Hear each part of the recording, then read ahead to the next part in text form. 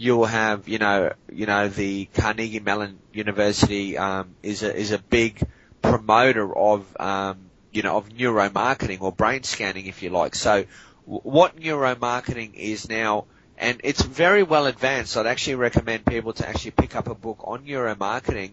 And by the time you get through the book, and this is from myself as well, being in this particular field, I'm absolutely astounded as to how far this has gone with the average. If you show this to the average populace, they would just say, this is Star Trek, this is just rubbish, you're on drugs. Science fiction material, isn't it? Science fiction, exactly. But you see, what they do is they say, look, if we can read your mind, we obviously know how to actually bring a product into market at a more cost-effective price point, so therefore the consumer is benefited. So there's always a benefit that is passed on to, the populace, and the average, person out on the street, although he probably knows that, that this world is there's something not right about it, the average person can't wrap it around their mind that they are being lied to almost 99% of the day. Yeah.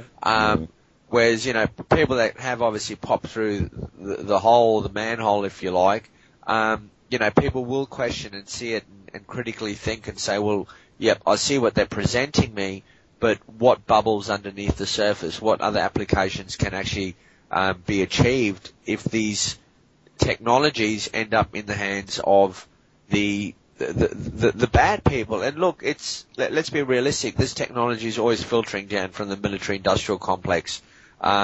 It's always birthed in those labs and then trickled down with the benefit to society. So, yeah, it's an extremely slick predictive programming model, and people just see it as being inevitable, especially when it's obviously introduced, like you said, through the cartoons and the media. And look, I was a big fan of the Teenage Mutant Ninja Turtles until I saw the Brain Chips episode. Right, I haven't actually seen that, but I dread to think. Yeah, Never I can seen. imagine. It's horrifying to think that, you put your kids down in front of the TV and you don't realise that these things are being agendered to them. I mean, for God's sake, there wasn't stuff about chips in your head when I was a kid because they weren't trying to get that normalised in people's minds. Yeah, and the worst one is probably Billy and Mandy. If people want to actually watch that cartoon, it's on the Cartoon Network, and there's also so much symbology, in regards to, the all-seeing eye and the obelisks and the like. Yeah. I would definitely recommend, and they truly push the boundaries. I mean, you'll see certain things on there where you go, this is, the artists behind this know exactly what's happening, and they're flaunting it in your face as well. Yeah, that's exactly it, isn't it? I've been looking at all the different ways that they create the zeitgeist, and it's fascinating when you start getting into it. From all the education learning centres basically produce it as a matter of course. Received wisdom comes from our centres of knowledge. You've got the mainstream media just plugging. It's not a reflection of life anymore. They're telling you what your life's supposed to be, and sitting down in front of X Factor and Coronation Street is a self-fulfilling prophecy, you might say. Isn't it comical that the largest reality show that we have is Big Brother? I mean, if it's one word that they have hijacked, it's the one that we really needed to keep. Yeah. Well, you can see where they thought that they knew that word was going to come up in the future years, so they thought they'd better get control of it before it came out. Yeah. Slick. I mean, and that's the point. It's like we've got to realise as well that, you are up against, very intelligent psychopaths that have very good cohesion amongst themselves as well, because they're obviously moving towards a common goal. Yeah, we have common purpose all over the place down here. They're one of the current embodiments of that. But yeah, what were you going to say, Mike? Sometimes I think we give the people, we don't give them enough credit, really. I know there's the whole X Factor, Big Brother, glued in front of a TV, sitting eating dinner on the laps and whatnot. But it's still not a majority of people. It still is, I believe, a minority of people. So I know we obviously give the general public a bit of a hard time. But I do think when it comes to the crunch, they'll always pull through, they'll always perform. And something that I was going to talk about 5 minutes ago, as you touched on it, if we keep our eyes on what the military are doing, we generally stay on top of the game. I mean, some guys in the military are talking to me, and they're telling me that they've been trained about future technology, and one of them is the nanotechnology, the self repair for the wounds and the gunshot wounds and whatnot. So if we've got technology that can repair our bodies, I mean, microchips has got to be, we're talking decades and decades old. So I guess they're just waiting for the right time. And I know I'm obviously going off on a bit of a tangent as well, but I think the general consensus in this movement is that it's going to have to be a time where people actually need it, people actually ask for it, such as all-out war or major disease, where people or even crop failure, where people need to be fed, and the only way they can be fed is with a chip, and this type of thing. So, like you said, the RFID chip is all technology, really. The trouble is that the zeitgeist is behind, isn't it, essentially, is that the technology's been there, obviously, for a while, but they couldn't get us to swallow it until now. So, as you said, the engineer scenarios where we beg them for it, and they'll produce it, won't they? Absolutely.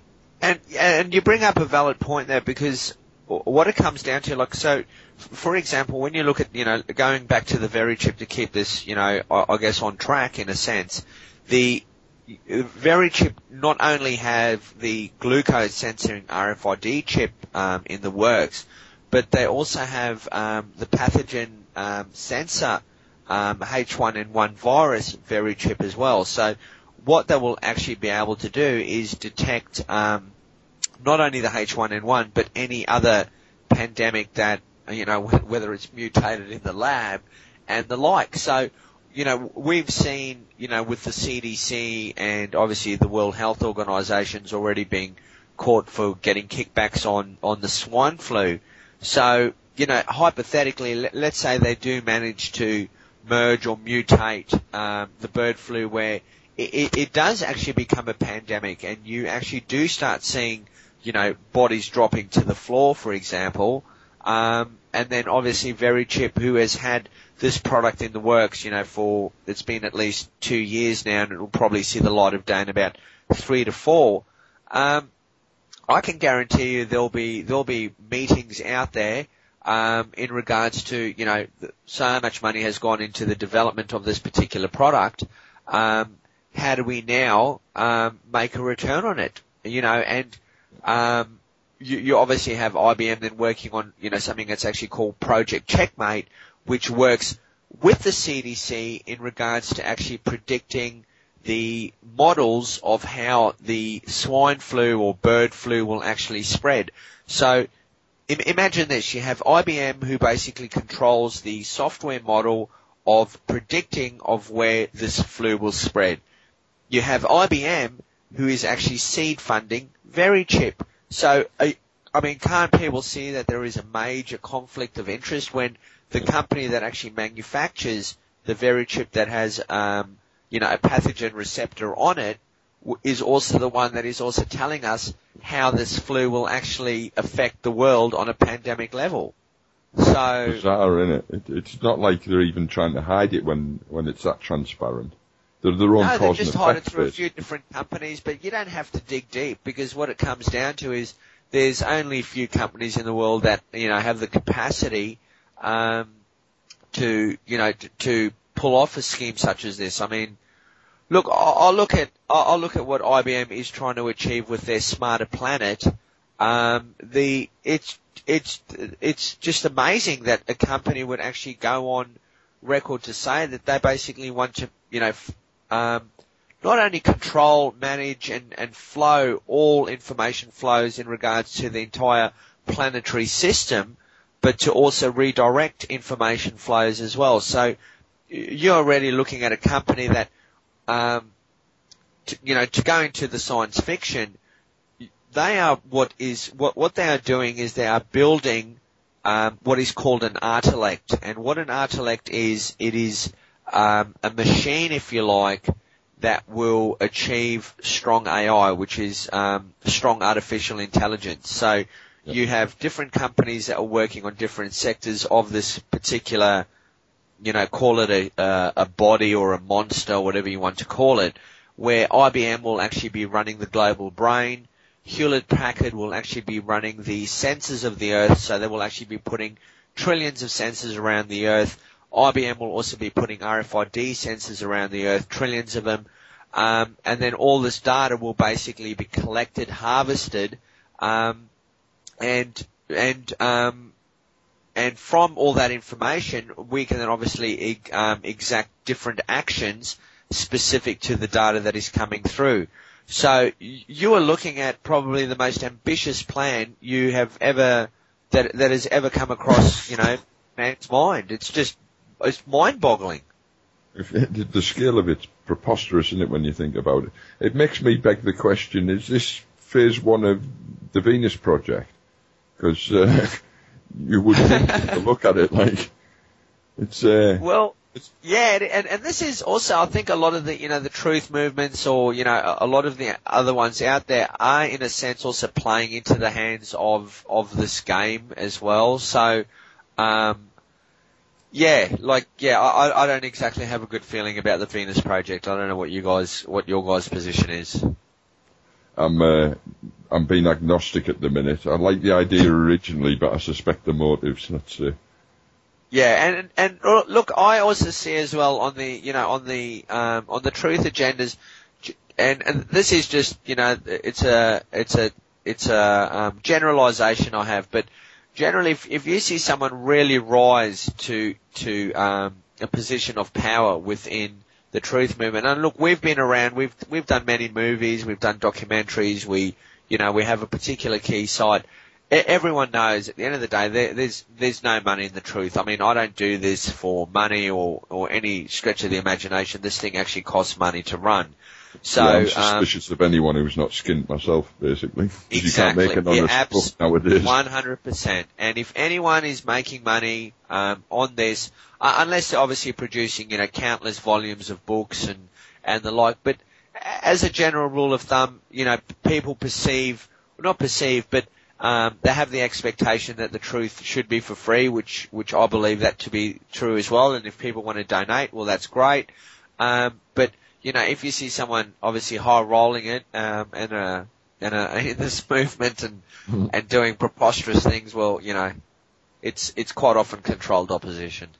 Yeah, I figure if it's important enough to listen to, it should be important enough to be free, basically. Yeah, so totally. I don't buy any of them. You know what I mean? I listen to what everyone's got to say, except the ones that are trying to sell me something, basically, because that's just same old, same old. And some of the things I wrote down when I was researching your stuff, because I was complete ignorant to it. I was aware of the RFID issue, but I had no idea how expansive it was and what other technologies it spanned off into and led to and stuff. I mean, some of the things I wrote down initially, there's the Nemesco voice analyzers that can analyze voice stress and tell whether you're lying, basically. I understand they're routinely used in airports and whatnot now. I know insurance companies use them on the claims department, so bear that in mind, people, if you're listening. When you phone in an insurance company, don't tell lies, because they can tell. It comes up on their computer screen in front of them if their computer says you lied.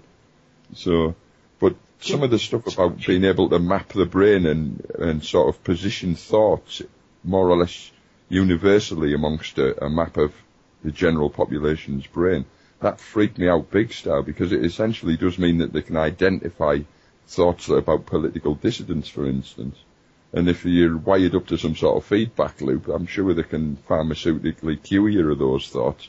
And it can't be that far down the road, because I can see it, and I'm an imbecile with technology, And I mean, I remember Japan was mentioning that they wanted to put, it wasn't fluoride, it was lithium. It was actually lithium in the drinking water. So, that's what you'll start finding, is you'll start seeing, the population obviously needs to be controlled.